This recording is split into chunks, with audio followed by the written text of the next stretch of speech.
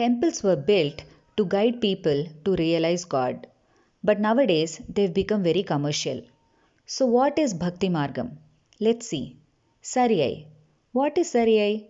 Doing service using this body. Who to service? God. What kind of service is done? Cleaning the temple, doing abhishekams, doing rituals, etc. For example, we go to the temple and clean the premises and keep them tidy. This is called as Sariyai Margam. One of our great ancestors Siddhar, Tirunavakarsar, also known as Appar Swamigal, made his life mission to serve God. He attained just by doing such kind of service. But what is real Sariyai Margam? True Sariyai requires the devotee to weed out anger, jealousy, etc. from their minds. Then there is Kiriyai Margam. This is about singing in praise of God, writing poems about God, etc. True Kiriyai Margam is to make us aware of the presence of God.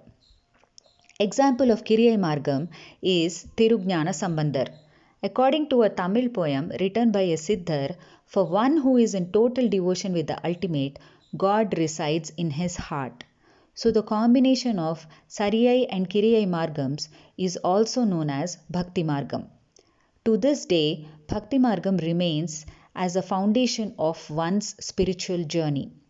But people remain just within Bhakti Margam all their life without moving forward and die. Do you understand this important process? If you observe, a priest in a temple does all kinds of pujas and rituals to the deity, but eventually he dies like everyone else. This is what confused me a lot. A priest who is supposed to be in total devotion and serves God sincerely, how can he die like a common man? I was born in a Vaishnava family who did pujas and rituals relating to Perumal. Then I got attracted to Shaivism and took it up.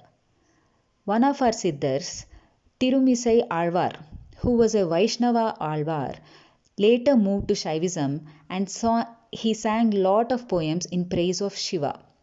He was also known as Shiva Vakyar. Like him, I also started following Shaivism. My parents named me Bhaskaran, but due to my deep seeking, I renamed myself as Baskara Sivadasan. So this Bhakti Margam, it consists of Sariyai, in which we use our body to do service, Kiriyai, in which we use our mind to do service. Shiva Vakyar puts it together very nicely. Our body is the main temple. Our subtle body is the main deity. The Panchabhutas are the Gopura entrance. One who realized this, he is Shivam.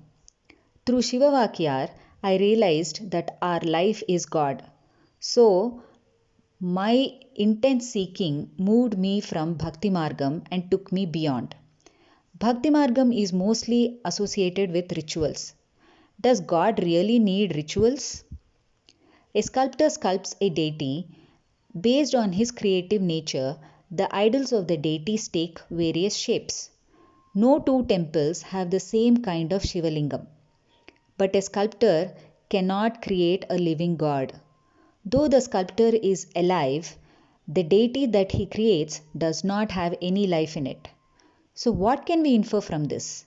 In all of God's creation, there is life, but the same life does not exist in a human's creation. So when we start to look to go beyond, Kiriyai Margam comes to our understanding where a human tries to start singing praises of God. Siddhar Sundaramurti Nayanar sings it very beautifully. Siddhamellam enakku Shivamayame, which means everything is Shiva for me. And one who is devoted to Shiva does not have to fear anything. He goes on by saying that when we experience our third eye, we can experience God. So in essence, Bhakti Margam gives us a basic idea of God but does not delve deep within.